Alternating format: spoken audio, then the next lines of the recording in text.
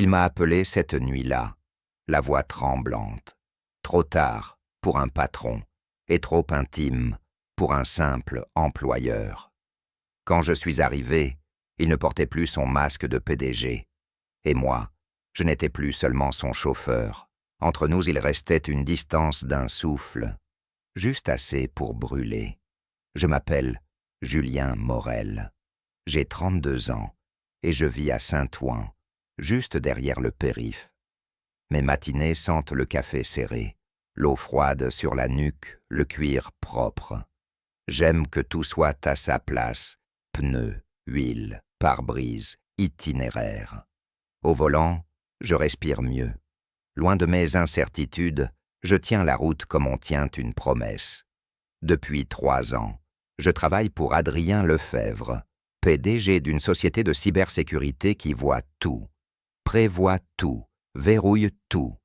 Il parle peu, regarde droit, répond toujours « Merci, Julien », sans jamais dire « chauffeur ».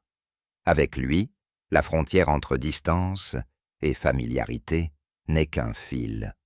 C'est peut-être pour ça qu'un sentiment discret s'est installé. Pas d'un coup. Non, il s'est tissé dans les bonjours bas, dans la façon qu'il a de me demander mon avis sur un détour qu'il connaît déjà, dans le kit de premier secours qu'il m'a envoyé après avoir remarqué une égratignure sur mon bras. Rien d'impropre, rien d'avoué, juste un désir-tu qui s'assoit à mes côtés et boucle sa ceinture. Je dépose Adrien à Midtown version Paris, la Défense quand il faut être vu, un immeuble vitré dans le 8e quand il faut être craint. Il entre, le téléphone à la main, l'ombre d'un agenda dans le regard. L'ascenseur l'avale. Je reste en planque pas loin, à écouter des voix qui me tiennent compagnie. Parfois il revient vite, parfois tard, jamais en retard, jamais désordonné, tout calculé, jusqu'à ces silences. L'incident arrive un jeudi, 0h17, mon écran s'allume. Adrien. Sa voix a perdu sa carapace. « Tu peux venir me chercher ?» Il me donne le nom d'un restaurant trop brillant pour lui. J'y vais sans réfléchir. Devant l'entrée, je m'attendais à attendre. Il est déjà dehors, appuyé au marbre, les 2 premiers boutons défaits. Ses yeux cherchent les miens, et, l'espace d'un battement, le monde devient couloir, étroit. « Je pensais que tu m'ignorerais, » dit-il, à moitié rieur, à moitié brisé. Jamais. Je passe mon bras sous le sien. Sa chaleur traverse le tissu, une skin-to-skin warmth par endroits, imprévue, coupable et évidente. Dans la voiture, il se tait. Parfois un souffle qui ressemble à un rire lui échappe, comme si la soirée avait été bonne, et que tout le reste ne l'était pas. À mi-trajet, il me demande d'arrêter. L'air de Paris a ce goût métallique de 4 heures, trop tard. Il respire profond, puis se tourne vers moi. « Tu t'occupes toujours de tout, hein ?» La phrase s'attarde. Elle brush against quelque chose que je protège depuis trop longtemps. Le portier nous regarde avec l'inquiétude polie des gens qui savent se taire. L'ascenseur monte. Adrien s'appuie à moi, paupières lourdes. Son appartement ressemble à lui. Calme millimétré, lignes nettes, volets automatiques. Je le pose sur le canapé, lui retire ses chaussures, avec un humour prudent. Prépare un verre d'eau sucrée comme le ferait un fils qui a grandi trop vite. Le silence qui suit est chargé, pas pesant. Une charged silence, où tout peut se dire sans mots. « Tu as déjà pensé à faire autre chose ?» demande-t-il, allongé, regard perdu au plafond. Conduire m'aide à ne pas fuir. Et diriger, ça ne ressemble pas parfois à une fuite bien payée? On sourit, sans s'affronter. Nos yeux restent accrochés un peu trop longtemps. L'air devient heavy, mes pensées pound too loud. Lorsqu'il tente de se lever pour changer de chemise et vacille, je le retiens par la taille. Ma main s'attarde un battement de trop. Son parfum citronné, mêlé à la fatigue, allume une étincelle. Je déboutonne le tissu humide avec un soin ridicule, comme si l'on désamorçait une bombe. « Tu es doué, dit-il, voix basse. Pour les boutons, pour me faire oublier qui je dois être. On se tait. La proximité devient imprudente, comme au bord d'un orage. Je sens ma nuque frissonner, mon pouls s'emballer, une chaleur monter entre nous. Il se redresse lentement. Nos regards restent soudés. Il tend la main, effleure mon avant-bras. Every nerve awake, et pourtant, rien de déplacé. Juste un frôlement qui demande la permission. Je ne bouge pas. Il s'approche, nos fronts presque au même souffle. Nos lèvres presque se rencontrent, puis il s'arrête à un souffle. La seconde se fige dans une immobilité dangereuse. « Dis-moi d'arrêter », murmure-t-il. Je ne dis rien. Ce qui suit n'est pas un aveu, ni une chute. C'est un fil tendu. Son souffle contre ma joue met le feu à mes pensées. Je pourrais avancer d'1 millimètre et tout basculerait. Je pourrais reculer et perdre quelque chose que je n'ai jamais eu. La tempête en moi cherche une sortie. Je me sens en sécurité quand c'est toi qui me ramènes, dit-il, presque endormi. La phrase se plante en moi comme un repère. L'aube blanchit les stores. Il dort enfin, une main posée près de moi. Je veille assis par terre, le dos contre le canapé, à compter les secondes qui me séparent d'une version de moi que je ne connais pas encore. Je ne veux pas profiter de sa fragilité. Je ne veux pas me trahir. Mais je sais, avec une clarté calme, que la nuit a déplacé nos repères d'un cran. Quand il ouvre les yeux, la ville bourdonne déjà. Sa voix est rauque. C'était réel? Oui. Il hoche la tête, enfile une chemise propre, hésite. Pardon, si j'ai franchi. Tu n'as rien pris. Tu as juste posé ta vérité à côté de la mienne. Il va jusqu'à la fenêtre. Regarde Paris comme on regarde une mer où l'on n'a pas appris à nager. Nos vies ont des rôles, des étages, des badgeuses. Et pourtant, là, dans la cuisine, entre 2 tasses trop sucrées, la présence fait loi. Julien, si je te demandais un pas différent, lentement, avec les risques, j'accepterais, à une condition. On parle, on ne fuit pas. Il sourit, un sourire que je ne lui connaissais pas. J'y lis quelque chose de neuf, presque tendre. Je pars, parce qu'il faut partir pour prouver qu'on peut revenir. Dans l'ascenseur, je sens le cuir froid, sous mes doigts trembler un peu. Dehors, Paris étire ses artères. La portière claque. Mon téléphone vibre. Message inconnu. On vous a vus hier soir. Il faut qu'on parle, maintenant. On ne reçoit pas un message comme celui-là, sans sentir le sol bouger. On vous a vu. Je l'ai lu 2 fois, puis 3.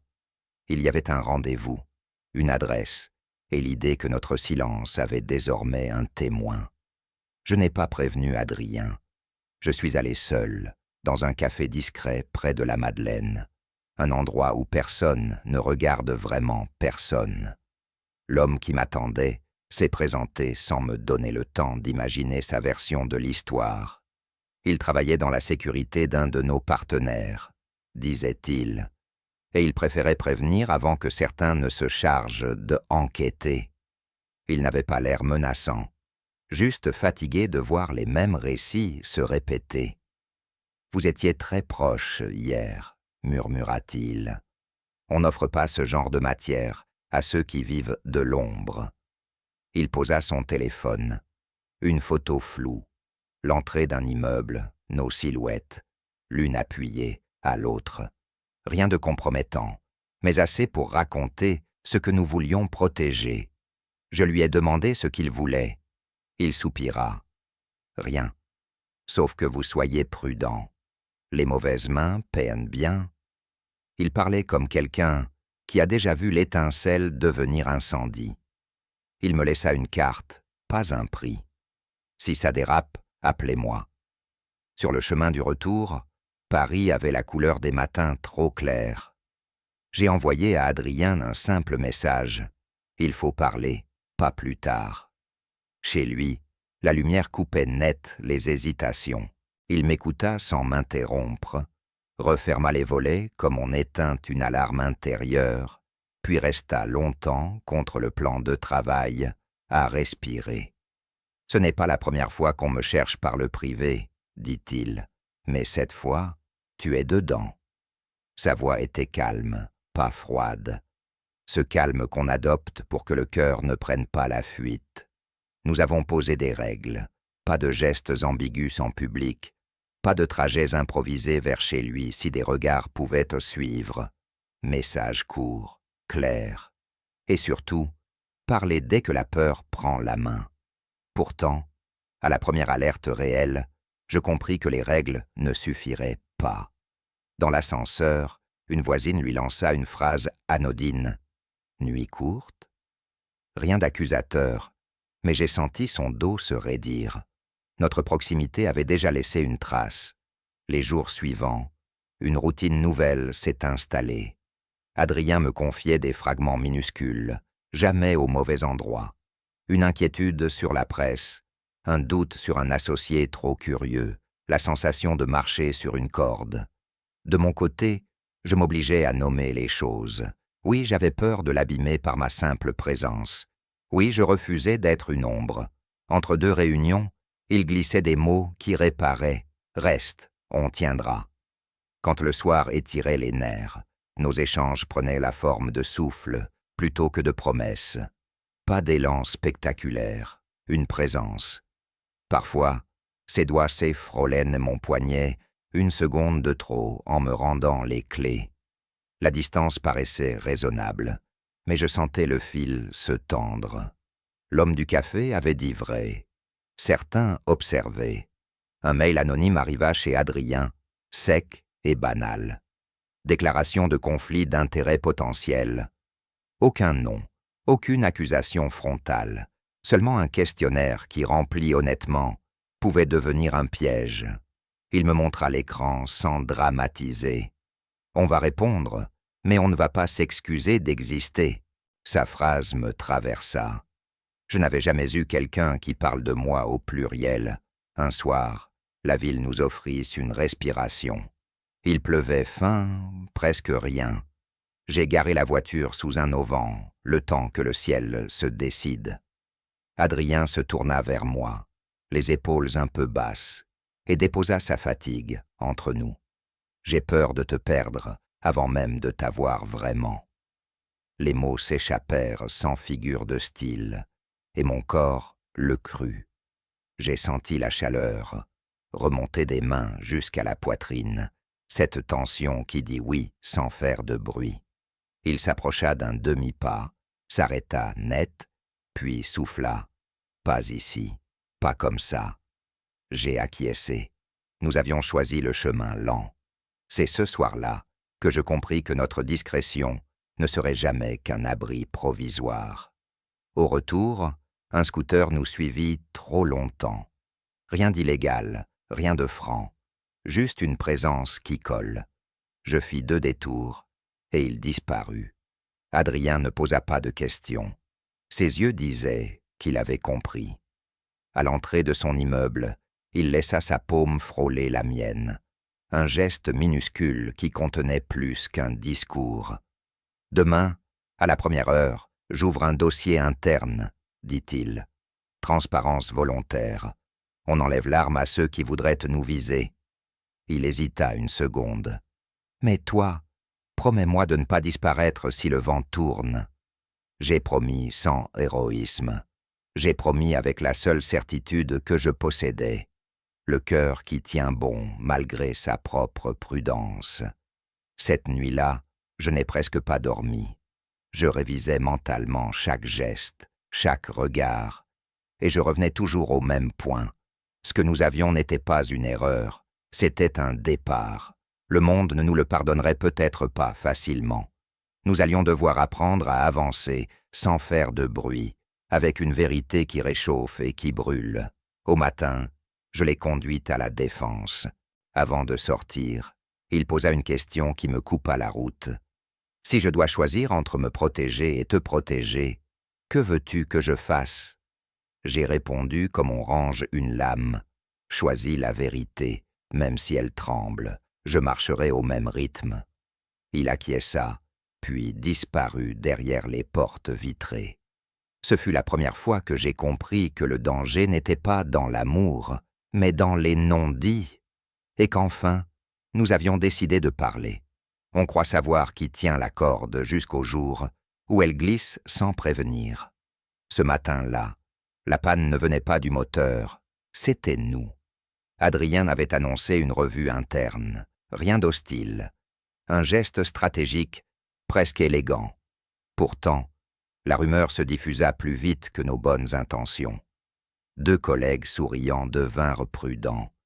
Une assistante s'arrêta au milieu d'une phrase. Dans l'air, une question sans mots. Que se passe-t-il entre le patron et son chauffeur? Je multipliais les angles morts, les stationnements astucieux, les horaires décalés. Mais on ne déjoue pas indéfiniment ce que les gens veulent voir. La première trahison n'est pas venue des autres. Elle est venue de nous. Un soir, Adrien annula un dîner prévu depuis des semaines, avec un partenaire clé, et me demanda de le déposer dans un lieu trop discret pour être innocent. « C'est mieux si j'y vais seul, » dit-il. Je n'ai pas discuté. Je l'ai regardé s'éloigner, silhouette sûre, geste mesuré. L'adresse indiquait un cabinet de communication de crise. Lorsque je le récupérais 2 heures plus tard, son regard avait cette clarté trop nette qui annonce une décision. Ils pensent qu'il faut raconter une histoire simple, souffla-t-il. Une relation ancienne avec quelqu'un de sans danger, à montrer si nécessaire. Il s'arrêta. Une femme. Les mots restèrent coincés entre nous, lourds d'un passé qui n'existait pas. Je n'ai pas fait de scène. La colère aurait été un luxe inutile. Je lui ai seulement demandé si cette histoire écraserait la nôtre. Il ferma les yeux une seconde. Je ne veux pas te réduire au silence, mais je dois gagner du temps. Cette phrase m'a fendu plus proprement qu'une insulte. Gagner du temps contre quoi? Contre qui étions-nous? J'ai acquiescé, parce qu'à ce stade, je croyais encore que la prudence protège. En rentrant, j'ai relu nos messages, ces éclats de phrases qui avaient bâti un lieu sûr. J'ai constaté qu'ils oscillaient désormais entre tendresse et tactique. Nous glissions. Le lendemain, un article anodin parut. Portrait d'un dirigeant brillant. Quelques photos cadrées. Une journaliste bienveillante. Au milieu, une mention. On lui prête une liaison discrète avec une ancienne connaissance du milieu. Pas de nom, pas de certitude, mais l'ombre d'un récit parallèle. Je regardais Adrien lire sans sourciller. « Je n'ai pas donné ça », dit-il d'une voix tranquille. Je le crus. Mais la vérité n'ôte pas la brûlure. Dans l'ascenseur, je pris conscience d'un geste simple. J'avais reculé d'un pas. Il le vit. « Ne te perds pas, Julien. On ne négocie pas ce qui est vivant, » souffla-t-il. Cette journée-là, j'ai commis ma propre faute. Un numéro inconnu s'afficha, une voix posée. « On peut protéger ce qui compte, si vous coopérez. » Elle proposait des détails, en échange d'un silence assuré. Je n'ai rien donné, mais j'ai écouté trop longtemps. En raccrochant, j'ai eu honte. Tolérer ce marchandage, c'était déjà y entrer. Je lui ai tout avoué le soir même. Adrien ne m'a pas jugé. Il s'est levé, a fait quelques pas, puis a déposé sa main sur ma nuque. Le danger ne vient pas de toi. Il vient de ce monde qui exige des formes et nie les élans. Sa main tremblait à peine. Ce tremblement me fit plus de bien que des mots parfaits. Nous avons décidé d'un geste à contre-courant. Refuser les récits prêts à l'emploi. Pas de liaison de façade, pas de figure de protection étrangère à nous. Si l'on devait tomber, on choisirait au moins la pente. Ce choix a un prix. Adrien perdit un appui dans un conseil. Une invitation s'évapora. Un proche, pourtant averti, suggéra de m'attendre que ça passe. Rien ne passe quand on retient son souffle trop longtemps. La nuit suivante, nous nous sommes retrouvés dans un parc presque vide. Pas d'effusion. Nous avons marché. Nos épaules se frôlèrent parfois, comme un rappel que la présence suffit. Il me demanda « Jusqu'où peux-tu marcher si je perds des morceaux ?» J'ai répondu sans chercher la bonne formule. « Jusqu'où tu resteras, toi ?» Il sourit tristement. « Alors il faudra tenir. » Au moment de nous séparer, mon téléphone vibra. Un message bref et sans signature. 2 jours. Ensuite, on publie. La première alerte s'est échangée en menace. Nous n'avions plus le luxe du temps. Je les regardais partir, et j'ai su que la prochaine décision serait un sot. La menace n'avait pas de visage, seulement un compte à rebours. 2 jours. Le premier s'est abattu sur nous comme un couvercle. Adrien enclencha la transparence promise. Il informa ses équipes d'un audit élargi, invita un cabinet indépendant à examiner ses communications personnelles, liées aux voyages et aux rendez-vous. Geste audacieux, ouvrir les rideaux avant qu'on ne les arrache. Certains y virent de la force, d'autres un aveu sans mots. Les couloirs devinrent prudents. Les poignées de main s'allégèrent. Pourtant, au milieu des sourires polis, une solidarité inattendue apparut. Une chef de département, réputée intraitable, vint me voir. On ne protège pas un dirigeant en lui mentant sur ce qu'il est. Tenez bon. Sa phrase fit contrepoids à tout le reste. Le soir, nous nous sommes retrouvés chez moi, pas chez lui. Un espace ordinaire, des bruits de voisinage, le confort de ne pas être regardé. Nous avions décidé de rédiger ensemble une courte note, simple et claire, destinée à n'être publiée qu'en cas d'attaque. 1 page, pas plus. Nous y posions l'essentiel. Oui, nous nous voyions en dehors du travail. Non, cela n'influençait pas les décisions d'entreprise. Oui, nous refusons l'idée qu'aimer soit une faute. Écrire ces lignes m'a donné le vertige. Je voyais la trajectoire. Si le texte sortait, tout changerait. Si nous nous taisions, d'autres parleraient pour nous. Au milieu de la nuit, la peur prit la forme d'un souvenir.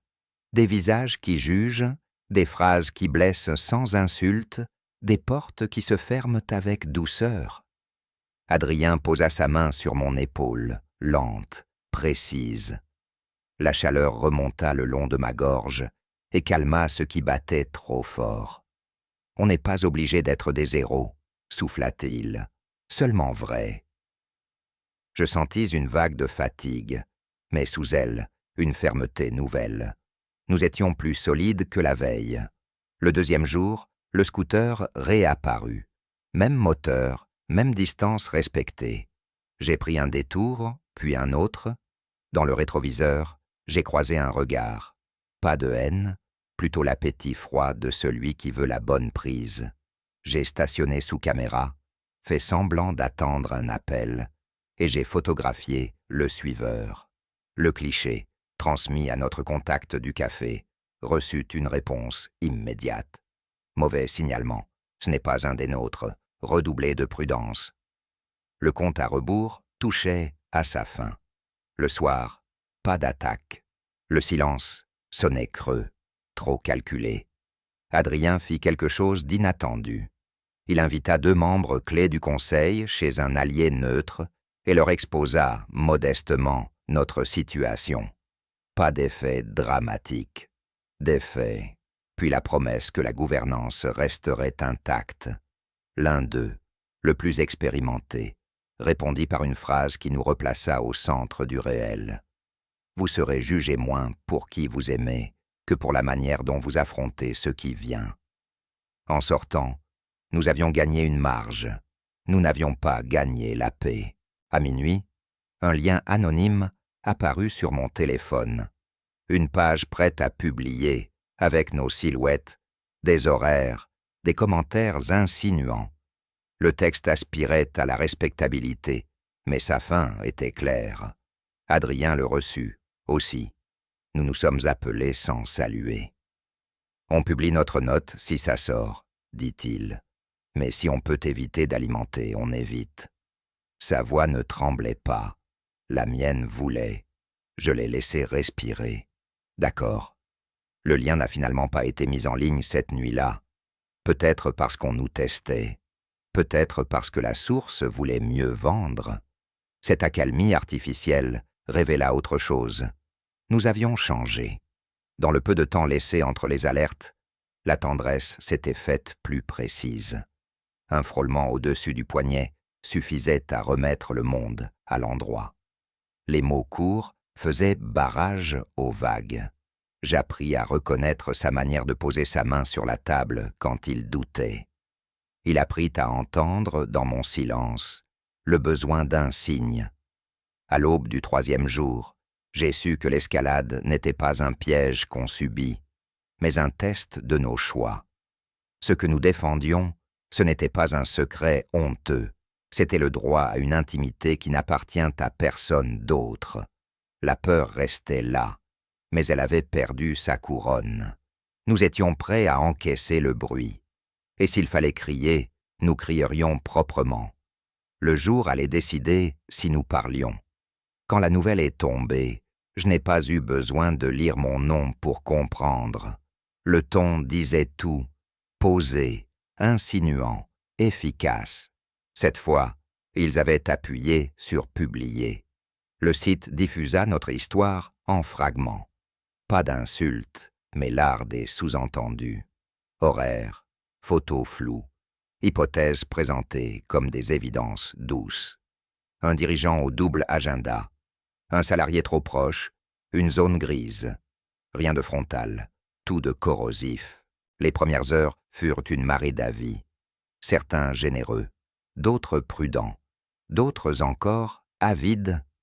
Je me sentis réduit à un rôle sans visage. Adrien m'appela tout de suite.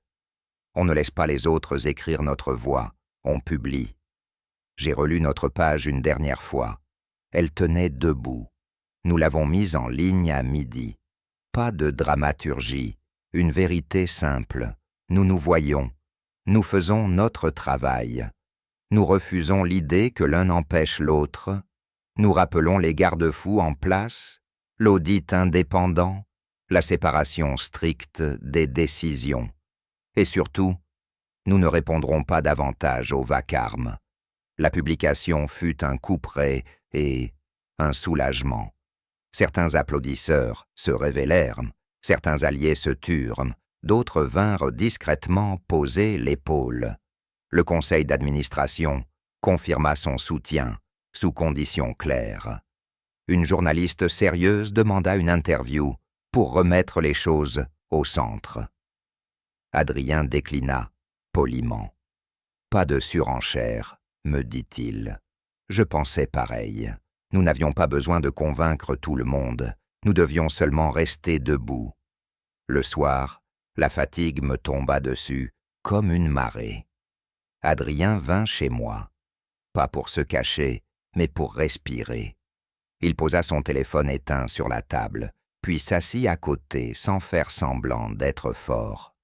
Sa main trouva la mienne, sans grand geste. Nous sommes restés ainsi, à écouter un silence qui n'étouffait plus. Je découvrais un courage qui ne se voit pas dans les réunions, celui d'un homme qui accepte de perdre des morceaux pour rester entier. Il murmura. « Je ne promets pas que ce sera facile, je promets que je ne disparaîtrai pas. » Son front toucha le mien. Mon cœur calma son battement trop haut. Les jours suivants, le bruit recula d'un cran. La curiosité se lassa. Les plus hostiles, privés de nouveaux scandales, passèrent à autre chose.